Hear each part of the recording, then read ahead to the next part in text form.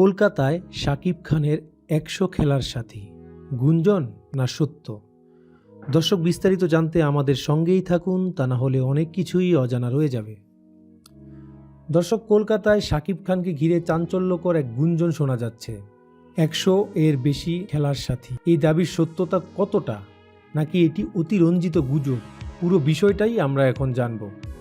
সম্প্রতি কয়েকটি social media post ও YouTube কন্টেন্টে দাবি করা হয়, কলকাতায় কাজ করতে গিয়ে শাকিব খানের নাকি অসংখ্য ঘনিষ্ঠ পরিচিতি রয়েছে, যাদের কেউ কেউ খেলার সাথী বলে উল্লেখ করেছেন। এই শব্দচয়ন ঘিরে শুরু হয় তীব্র বিতর্ক। প্রশ্ন উঠেছে, এটা কি সত্য কোনো তথ্য, নাকি জনপ্রিয়তাকে কেন্দ্র করে তৈরি করা গুজব?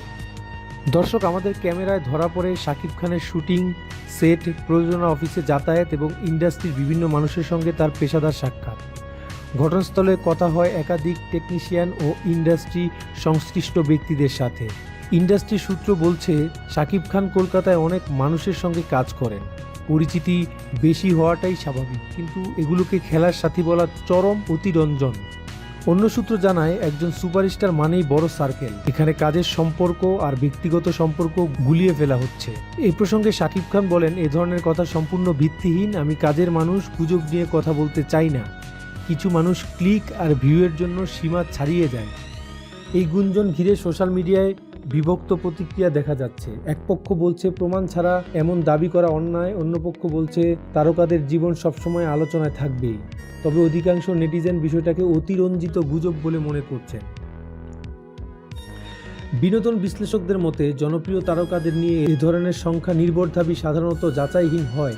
এগুলো দর্শকের কৌতূহল বাড়ালেও সত্যতার দিক থেকে প্রশ্নবিদ্ধ।